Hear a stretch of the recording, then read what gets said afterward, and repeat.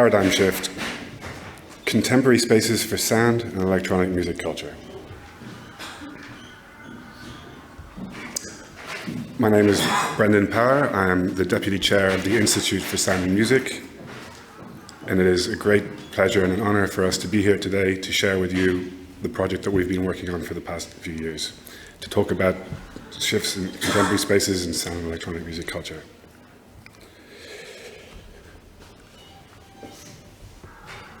The future belongs to those who can hear it coming. A quote made 40 years ago by the late great David Bowie for his Heroes album. And this is something that has become quite a guiding principle or a mantra for our organization. It is the Institute for Sound and Music's mission or goal, if you like, to create a permanent monument in Berlin dedicated to sound, immersive art, and electronic music culture. In a moment, my colleagues Nick and Marie will talk a little bit further about the topic, but if I may, I will share some personal motivation, how I got involved with this project, and a little bit of background about our organization. Roughly 8 years ago, I moved to Berlin at a request to join a project who opened a nightclub with some childhood friends of mine, along with my younger brother, and this was kind of being thrown straight into the deep end, immersing myself in Berlin nightlife as a manager of a brand new club.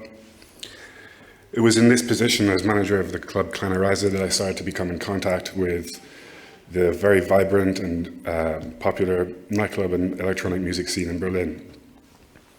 I was meeting very artists that I looked up to, record labels, and it really began to dawn on me how Berlin is very much an epicenter or a crossroads for this culture.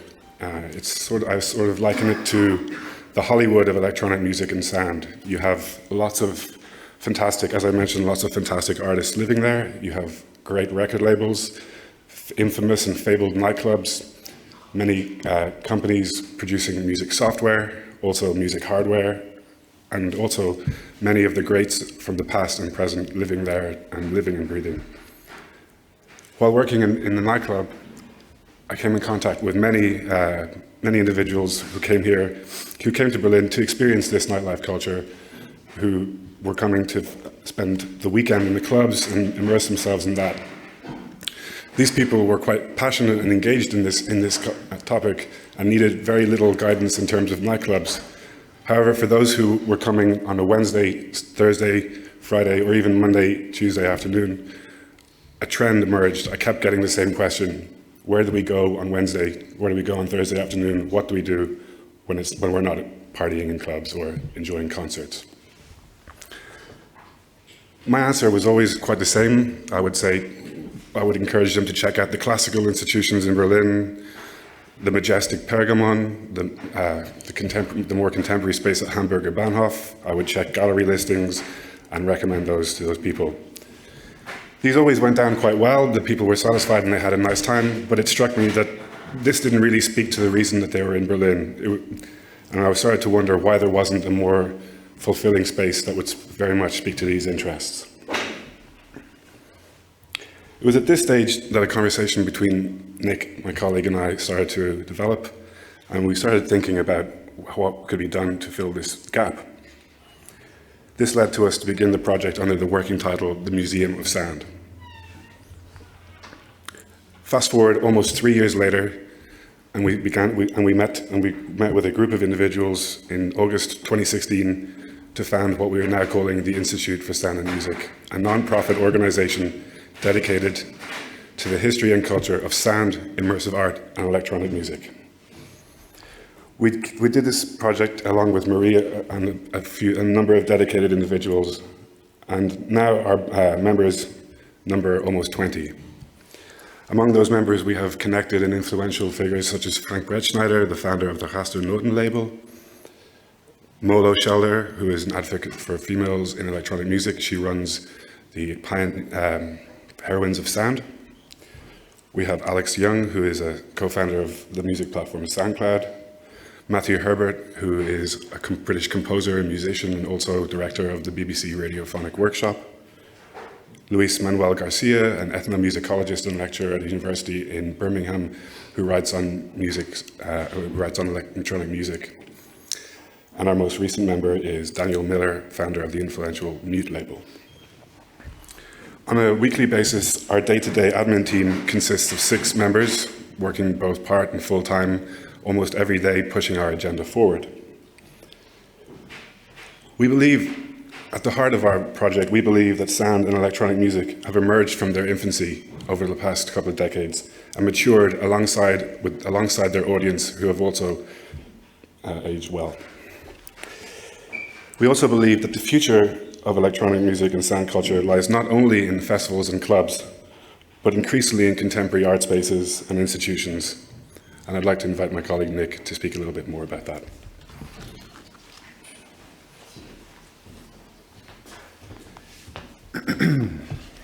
Thank you, Brendan. So, my name is Nick Meehan. I'm the chairman of the Institute for Sound and Music, also acting artistic director.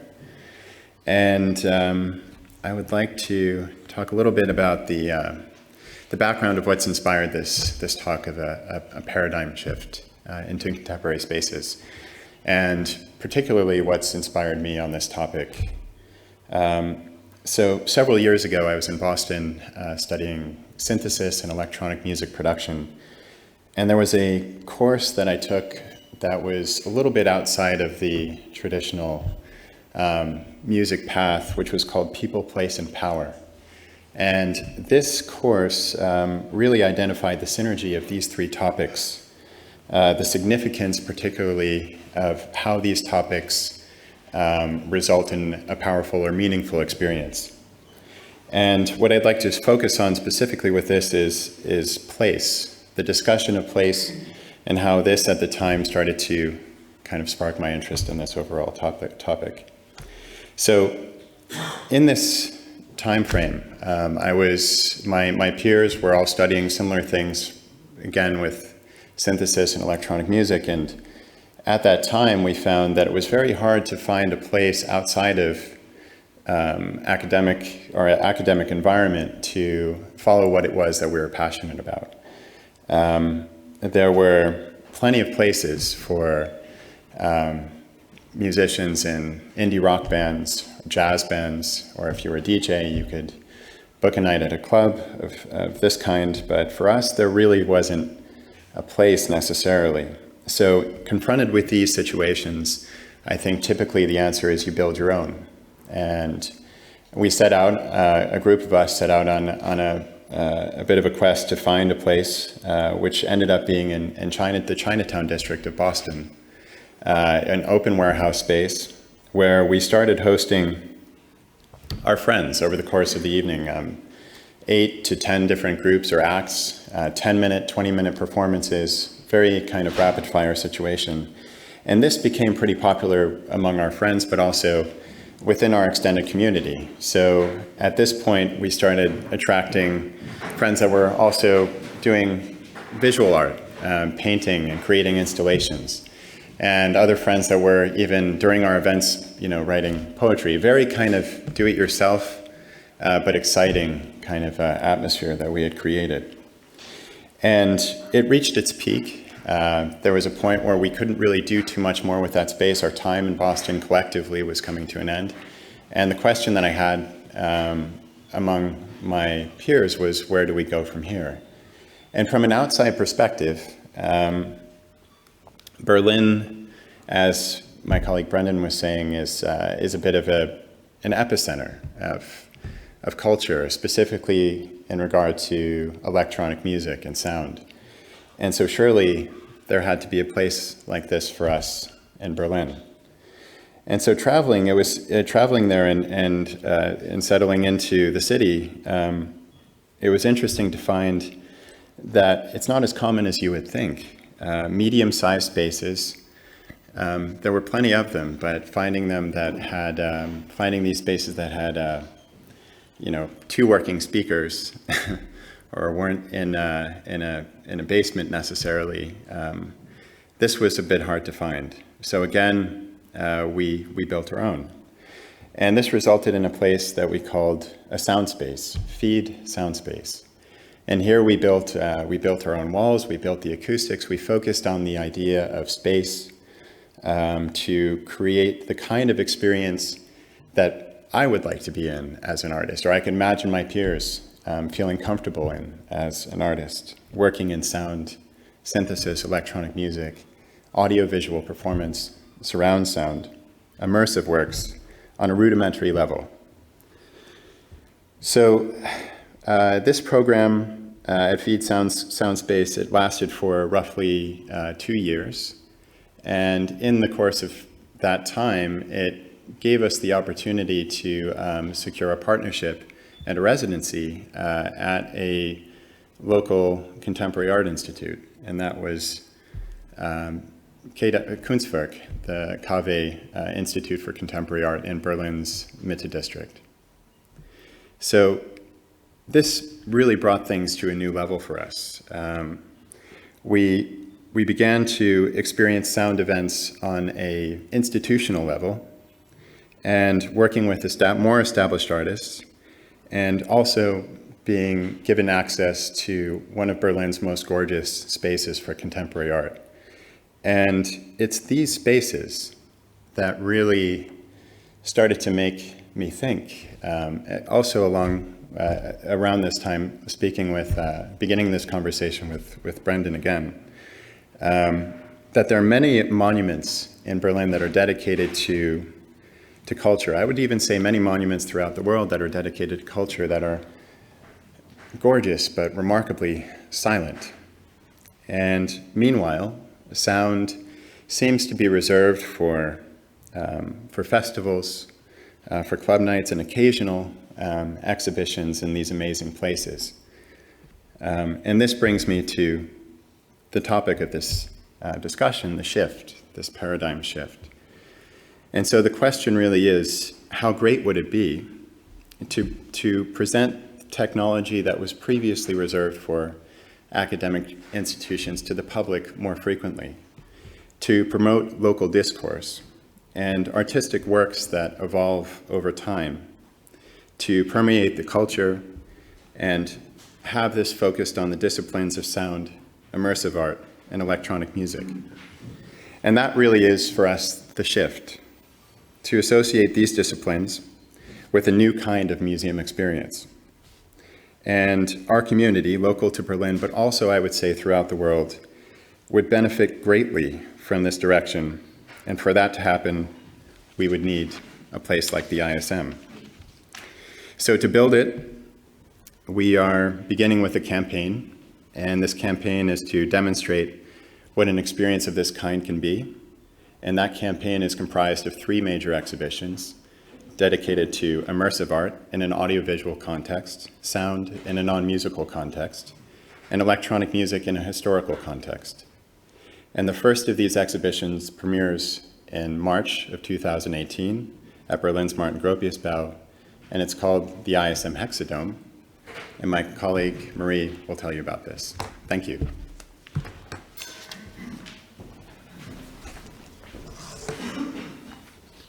Yeah, thank you, Nick. I would like to introduce the Hexadome project now, the first of our 3 exhibitions that we are currently planning. We are developing this project together with the ZKM Institute for Music and Acoustics and the Pfadfinderei, a Berlin-based design studio. And the idea of the project is to build an instrument that sound artists can use to create their works in collaboration with video artists. So the idea is to really bring together the both disciplines of sound art and visual art. And also the aim is to create a system that can be both an installation environment as well as an instrument for live performances. And the idea behind this is to redefine the museum experience by presenting also live performances and concerts in the museum space. In addition to this, it was important for us that this system is portable so that we can present the works that are created for the specific environment at different venues and at different locations and museums internationally. And so the first step was doing research on technology. We have been doing research on wave field synthesis systems, and we also did research on the Klangdome sound system from the ZKM. And this turned out to be very interesting for us because it's a technological advanced system. It encapsulates 47 speakers, and it can be controlled with the software Zirconium, which have been developed here at ZKM already since 2004. Also, it can be both. It can be an installation, but it can be also an instrument for live performances. It is possible to combine it with a visual system, and it is portable. And also a strong argument for this system was the residency program of the ZKM that offers sound artists the possibility to create their works here at the studios with great support of the ZKM staff. In parallel to the thoughts about the sound system, we were thinking about how to create a video system that can complement the Klangdom system. So we got in touch with the Pfadfinderei, which is a Berlin-based design studio, which is very experienced in large-scale media installations, but also in creating visuals for musicians and sound artists. At the very beginning, the idea was to correspond with the video system to the geometry of the Klangdom system by creating something like a full dome system. But then it became clear to us that this experience would be very limited because of the way the visitors would experience the works. They actually had to lie on the floor to really appropriately get an impression of the works. So instead of this, we wanted to create a situation where the visitors can move freely around the space, can explore the space, and are not limited to this experience by lying on the floor.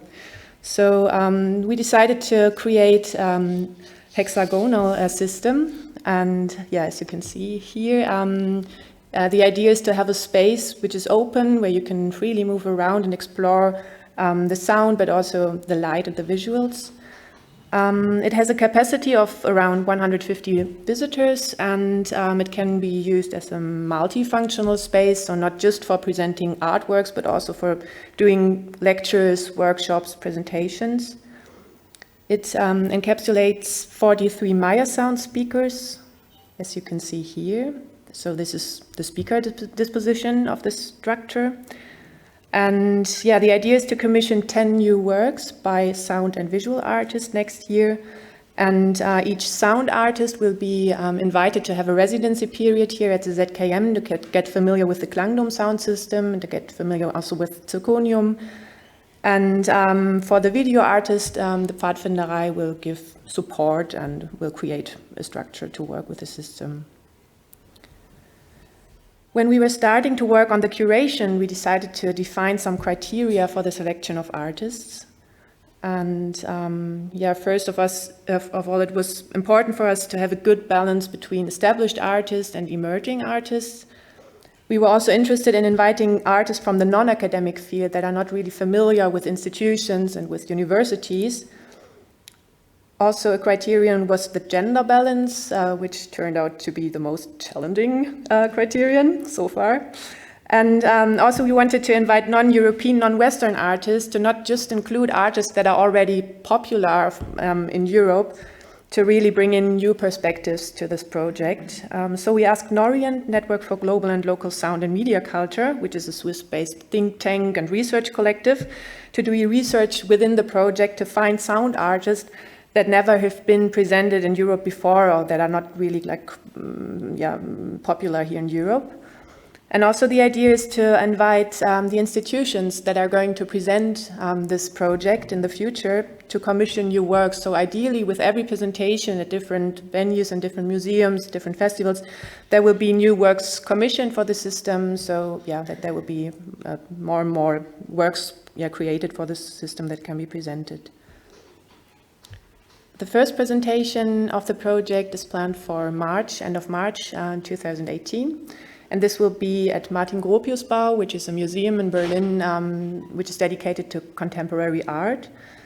And after that, the Hexadome project will travel to several museums and festivals like the Lectra Biennale in Montreal, Kampnagel in Hamburg, and also the V&A Museum in London.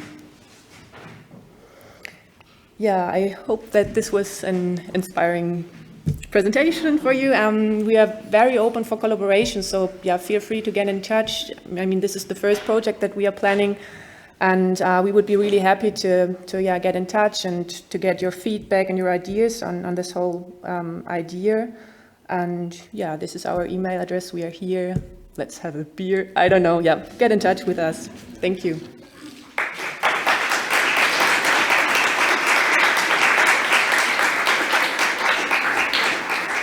Thank you very much for presenting the ISM. So are there any questions? No. Not yet. We were actually also thinking about this because this would be a really good opportunity to open the project to artists, and also when the project's coming back to Berlin, this would be very interesting, having a permanent location with the system and then really have open calls for residencies to work with the system. But so far, this was not possible also because of our funding situation. So the project is funded by the Kulturstiftung des Bundes, and there we really had to propose a very clear concept of artists and curation. So yeah, but this would be very interesting for the future, definitely. Any other questions? So we still have time. So I may ask a question. You've Sure. been talking about creating a space in Berlin, and then your first project is to move out of the space and to create a mobile space. So I was wondering how you see other spaces like let's say, the SAT in Montreal or other dome structures. Is this in your paradigm shift already included, or? Absolutely. I mean, I think there's no question that I think that we're a part of something that seems to be happening.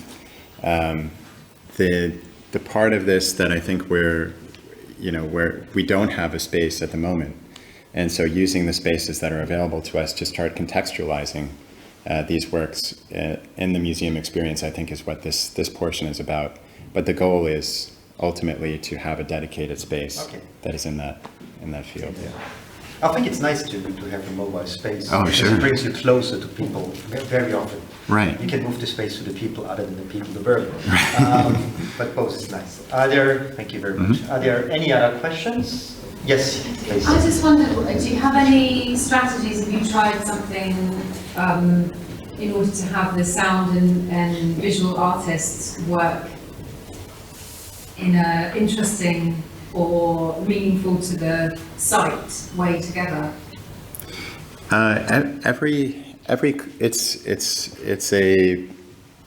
It's a pretty special thing to see how this format is being utilized by each of the artistic collaborations. Each one has their own very distinct character, but also content and approach to what their approach varies greatly among each of them. And but that being said, I think we generally were looking for artists that